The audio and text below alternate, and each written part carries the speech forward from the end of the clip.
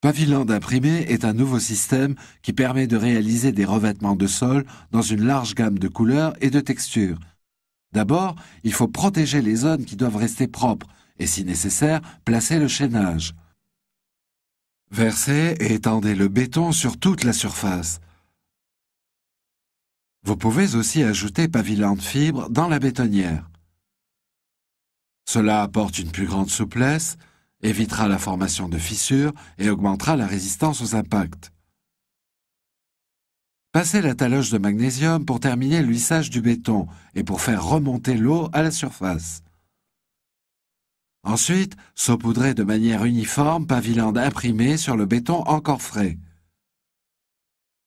Le produit absorbera l'eau nécessaire au béton et y pénétrera, créant ainsi une couche de roulage très résistante. S'il fait chaud, il est nécessaire d'arroser légèrement. Aplanissez la surface avec une taloche télescopique jusqu'à ce que la couche soit homogène et ait environ 3 mm d'épaisseur. Si nécessaire, saupoudrez Paviland imprimé dans les zones où il n'y a pas de produit. Une fois que le produit commence à durcir, saupoudrez Paviland démoulant. Placez le moule à l'endroit voulu et exercez une pression uniforme sur toute la surface afin que le motif du dessin soit homogène.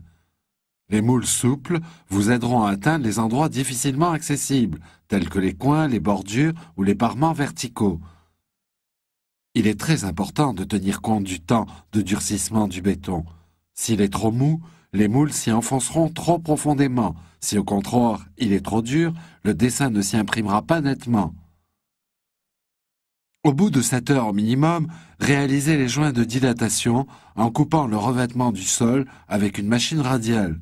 La distance entre les joints dépendra de l'épaisseur du béton. Une fois que les démarcations sont faites, éliminez le démoulant au Karcher. Pour terminer, appliquez la résine durcissante avec une pompe et laissez sécher. Groupe Puma propose tous les matériaux, les moules et les outils nécessaires, mais aussi les résines de finition, le revêtement de sol et le démoulant.